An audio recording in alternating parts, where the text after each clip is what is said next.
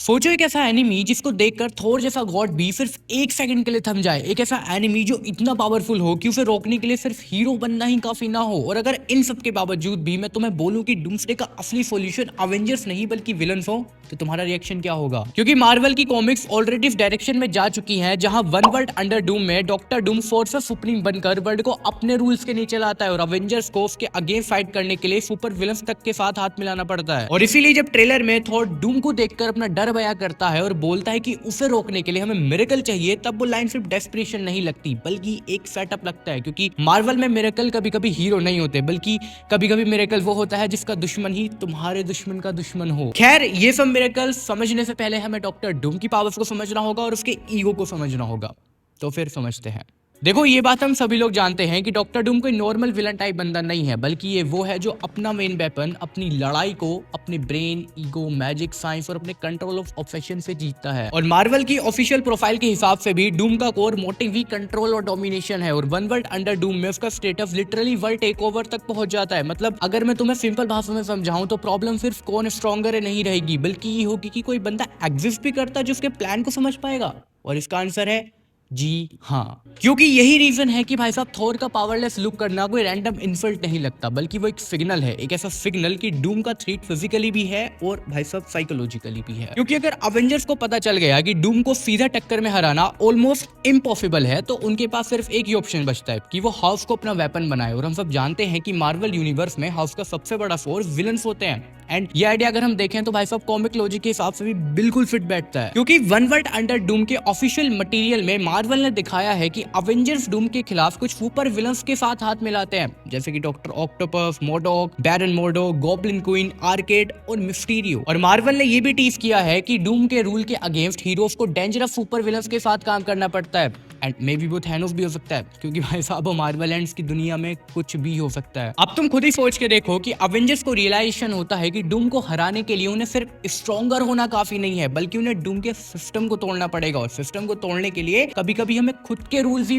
तोड़ने पड़ते हैं। और रूल्स तोड़ने के लिए हमें विलन्स का सहारा लेना पड़ता है, क्योंकि विलन्स के पास वो चीज होती है जो हीरोज के पास यूजुअली नहीं होती, जैसे dirty tricks, selfish motives, underworld connection, unstable powers और मोस्ट इंपोर्टेंट चीज, नो मोरल हेजिटेशन। एंड यही चीज उन्हें सबसे ज्यादा खतरनाक बनाती है। और सच बताऊं तो डूम के अगेंस्ट भी यही चीज उन्हें यूजफुल भी बना देगी। खैर, अब बात करते हैं सबसे इंटरेस्टिंग लाइन के बारे में जो हमारे थोर ने बोली थी, यानी वी मस्ट स्टैंड टुगेदर। अब देखो, नेचुरली लोग यही समझेंगे कि वो अवेंजर्स की बात कर रहे हैं, लेकिन अकॉर्डिंग टू मी शायद थोर यहाँ पर सिर्फ हीरोज को नहीं बुला रहा। मे बी वो इस वॉर में जो भी डूम को गिराना चाहते हैं वो उन सबको एक साथ लाने की बात कर रहा है, मतलब एक जायंट टेम्परेरी आर्मी टाइप। और ऑनेस्टली बताऊं तो मार्वल का यही स्टाइल है, क्योंकि मार्वल को क्लीन पॉलिश टीम अप से ज्यादा वो मैसी एलियंस पसंद है, जहां सब एक दूसरे के ऊपर ट्रस्ट ही नहीं करते, लेकिन फिर भी एक ही एनिमी को देखकर सब एक साथ खड़े हो जाते हैं। खैर, अब बात करते हैं कि जो पूरी कहानी में मैंने तुम्हें मिरेकल वर्ड बोला है, आखिर उसका क्या मतलब है। देखो, मिरेकल का मतलब वो सुपर पावर तो बिल्कुल भी नहीं हो सकता, बल्कि मिरेकल का मतलब यहाँ पर इम्पॉसिबल एलियंस हो सकता है। क्योंकि थोर शायद यहाँ पर ये कहने की कोशिश कर रहा है कि डूम को रोकने के लिए उन्हें किसी डिवाइन इंटरवेंशन की जरूरत नहीं है, बल्कि उसके लिए एक ऐसा मूव चाहिए जो डॉक्टर डूम एक्सपेक्ट ही ना करे। एंड यहाँ पर डूम सबसे कम क्या एक्सपेक्ट करेगा कि अवेंजर्स ने विलन्स के साथ हाथ मिला लिया है, क्योंकि विलन्स का यूज करना अवेंजर्स के कैरेक्टर के अगेंस्ट चला जाता है। बट डेस्परेशन में हीरोइज्म का डेफिनेशन चेंज हो जाता है, क्योंकि कभी कभी सही का मतलब प्योर नहीं होता, बल्कि कभी कभी सही का मतलब ये काम करेगा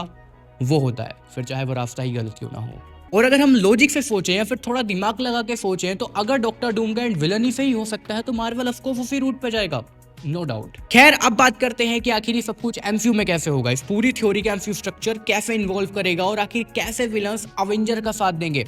देखो, पहले इसको फेसेस में तोड़ते हैं, फिर ऊपर बात करते हैं। देखो, पहला फेज ये है कि डूम ओवर पावर करता है। दूसरा फेज है अवेंजर्स का नॉर्मल अटैक फेल होता है। थर्ड फेज ये है कि उन्हें रियलाइज होता है कि डूम सिर्फ बैटलफील्ड पर नहीं जीत रहा, बल्कि वो पॉलिटिक्स, फियर, मैजिक और कंट्रोल से जीत रहा है। फोर्थ फेज की बात करें तो हीरोज को ऐसे लोगों की जरूरत पड़ती है जो डूम के सिस्टम को अंदर से तोड़ सके। और यहीं पे विलन्स की एंट्री होती है, क्योंकि डॉक्टर ऑक्टोपस है जिसका टाइप माइंड है, मिस्टीरियो है जिसका टाइप इल्यूजन है, मोडोक है जिसका टाइप ब्रेन है, एंड बैरन मोर्डो जिसका टाइप मैजिक नॉलेज है, maybe a few multiversal wild cards. And यही सब मिलके डूम के एम्पायर को क्रैक कर सकते हैं। लेकिन यहाँ पे प्रॉब्लम ये है कि विलन्स कभी प्योर एलाइज नहीं होते, क्योंकि हर एक पल पर वो तुम्हें धोखा भी दे सकते हैं। और एग्जैक्टली इसी खतरे की वजह से ये प्लान्स, ये फिल्म, ये सब चीज एक्साइटिंग पार्ट बन जाती है, क्योंकि भाई साहब हम ऑडियंस को हर सेकंड यही डाउट रहेगा कि ये टीम सच में डूम को हराएगी या फिर ये भी उसकी साइड हो जाएगी।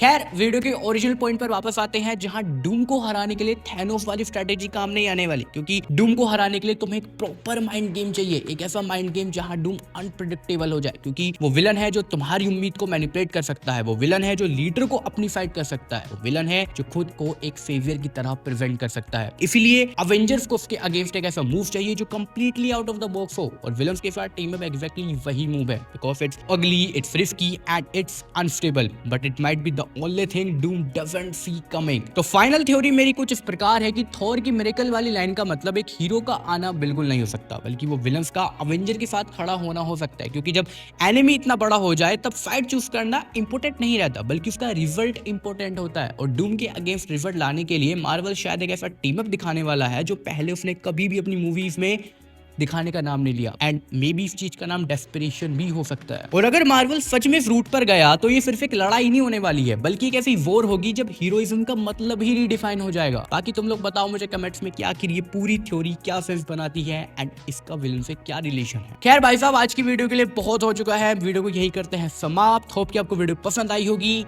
एंड अगर पसंद आई है तो चैनल सब्सक्राइब, वीडियो को लाइक जरूर से करना। Bye bye and take care.